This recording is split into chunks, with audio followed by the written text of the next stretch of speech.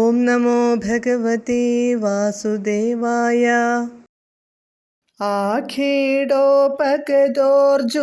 സുരഗവീ സംപ്രാപ്ത സമ്പദ്ഗണൈസ്ത്വത്പിത്രാ പരിപൂജിതഃ പുരഗതോ ദുർമന്ത്രിവാചാ പുനഃ ഗാം ക്രേതും സചിവം ന്യയുക്തകുധിയാ തേനാപി രുന്ധൻ മുനി പ്രാണക്ഷേപസരോഷഗോഹത ചമോചക്രേണ വത്സോ ഹൃതഃ.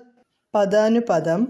ആഖേടോപഗത ആഖേടത്തിനായി, നായാട്ടിനായി, ഉപഗതനായ വന്നവനായ, ആർജുനഃ കാർത്തവീര്യാർജുനൻ, ത്വത്പിത്രാ അങ്ങയുടെ പിതാവിനാൽ, ജമദഗ്നിയാൽ, സുരഗവീ സംപ്രാപ്ത സമ്പദ്ഗണൈഃ സുരഗവിയിൽ സ്വർഗധേനുവിൽ നിന്നു കാമധേനുവിൽ നിന്ന് സംപ്രാപ്തമായ ലഭിച്ച സമ്പത്തുകളാൽ പരിപൂജിതഃ നന്നായി പൂജിക്കപ്പെട്ടു, പുനഃ പിന്നീട്, പുരഗതഃ പട്ടണത്തിലെത്തി, ദുർമന്ത്രിവാച ദുർബുദ്ധിയായ മന്ത്രിയുടെ ഉപദേശമനുസരിച്ച്, ഗാം പശുവിനെ, കാമധേനുവിനെ, ക്രേതും വിലയ്ക്കു വാങ്ങാൻ, സചിവം മന്ത്രിയെ, ന്യയുക്ത നിയോഗിച്ചു, രുന്ധൻ മുനി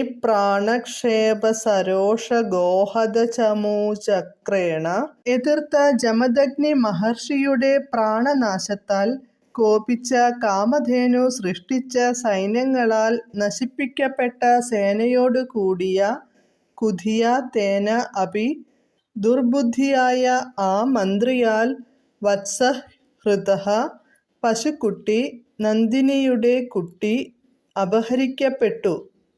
വിവർത്തനം. നായാട്ടിനായി എത്തിയ കാർത്തവീര്യാർജുനനെ ജമദഗ്നി കാമധേനുവിൽ നിന്നു ലഭിച്ച വിഭവങ്ങൾ കൊണ്ടു സത്കരിച്ചു. അദ്ദേഹം രാജധാനിയിലേക്കു മടങ്ങി. പിന്നീട് ദുർബുദ്ധിയായ മന്ത്രിയുടെ ഉപദേശത്താൽ കാമധേനുവിനെ വില കൊടുത്തു വാങ്ങുവാൻ രാജാവ് മന്ത്രിയെ നിയോഗിച്ചു. കുബുദ്ധിയായ മന്ത്രിയെ എതിർത്ത ജമദഗ്നി കൊല്ലപ്പെട്ടു. അതിൽ കുപിതയായ കാമധേനു സൃഷ്ടിച്ച സേന രാജസേനയെ നശിപ്പിച്ചു.